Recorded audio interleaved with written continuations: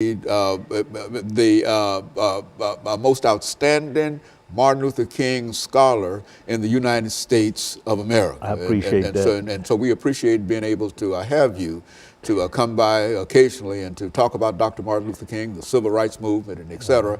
And I think that our history goes back as far as James Earl Ray and his wife and all of that information, and Dr. King and et cetera. Exactly. And so you've been with us and you've given us so much information. Thank you. So we're simply delighted to have you with us today. Let's start off, Dr. Baldwin, doing this first segment by having you to give us some information about your background, your education, and some of your experiences over the next couple of few minutes, and doing that first segment, and then after that we'll get back into Dr. Martin Luther King himself and the beloved community. Let's do it from that perspective. I'm a native of Camden, Alabama. I grew up in Wilcox County, was educated in the segregated school system there, was also involved in some way in the demonstrations that occurred in Camden.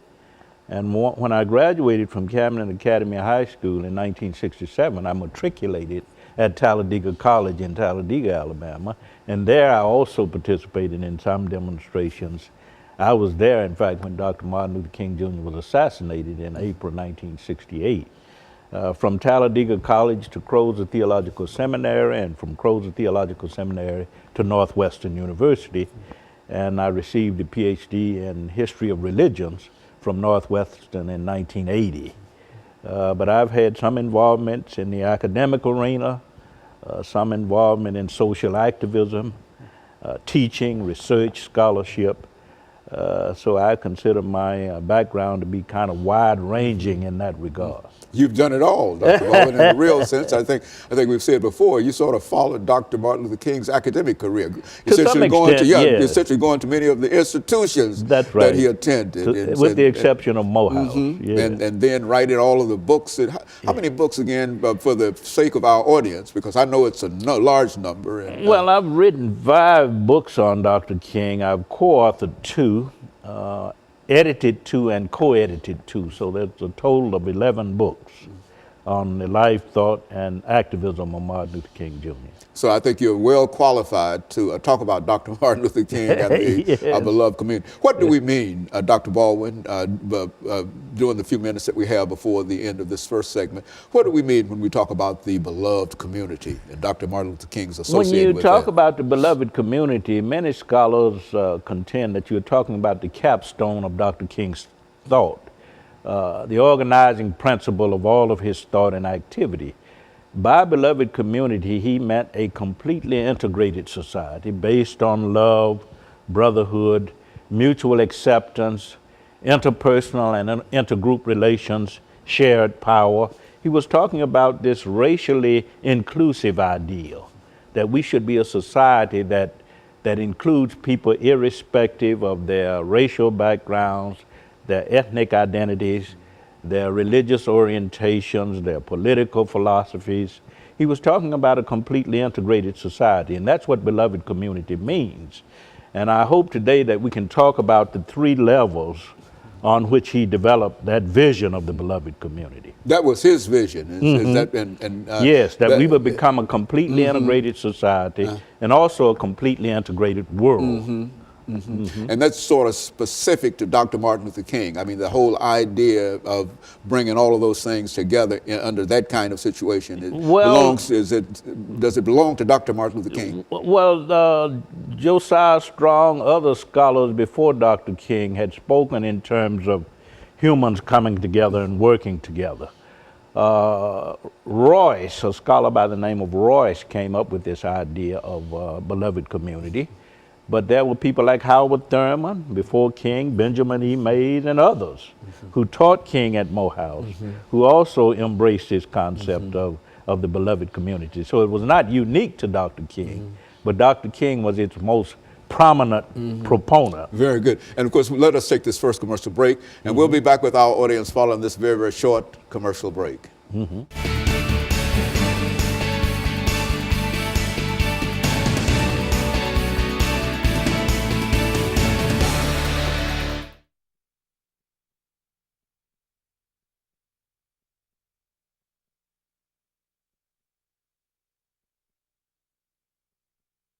All right. Thank you, and welcome back to the second segment of the show for today.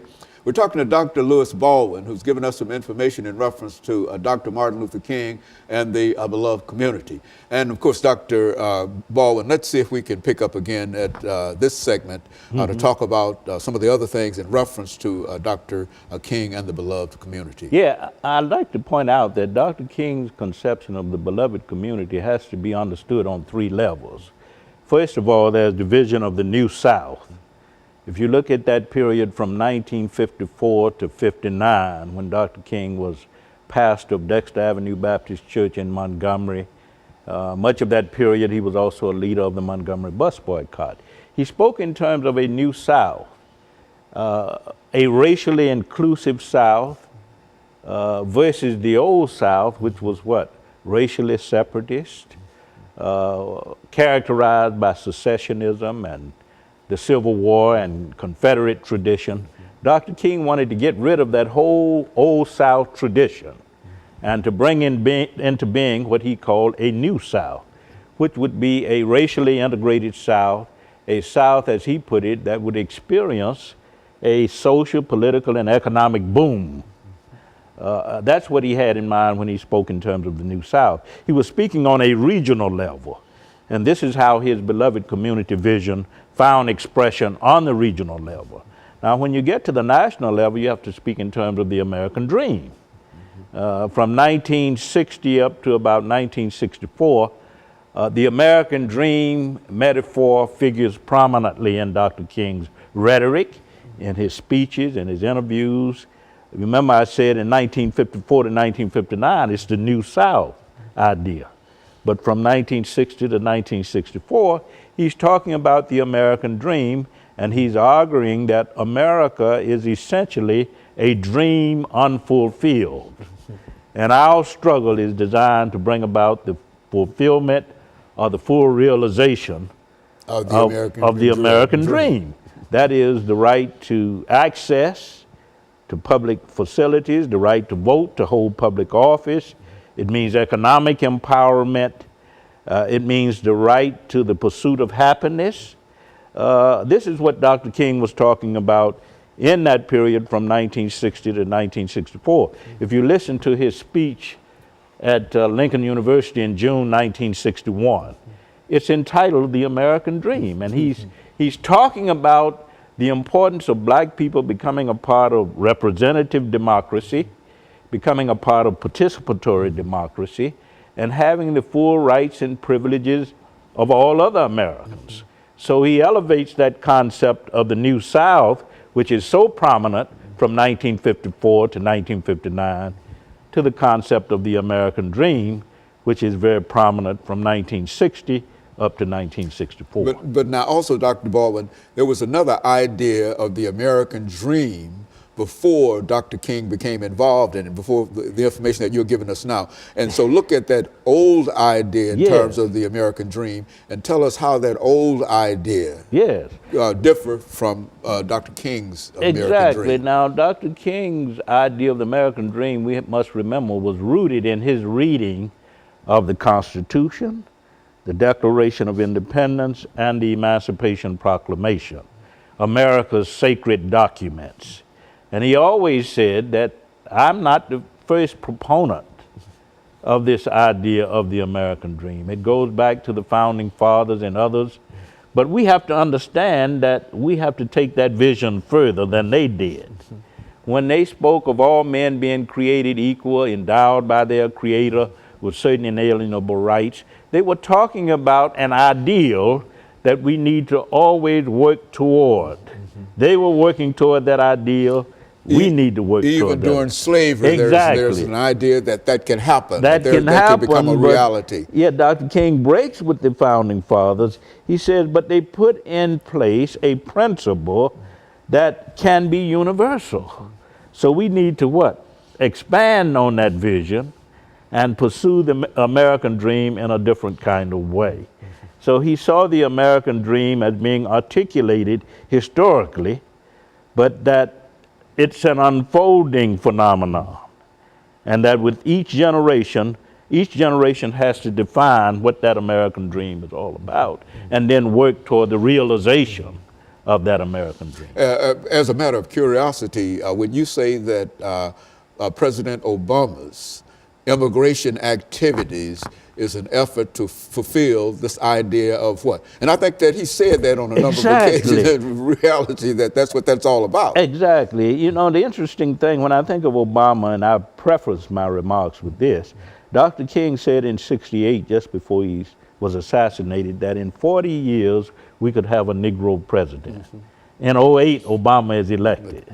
That's 40 years. That's Dr. King, too. And I think there's a book by Earl O'Cara Hutchison, I think, called From Obama to King.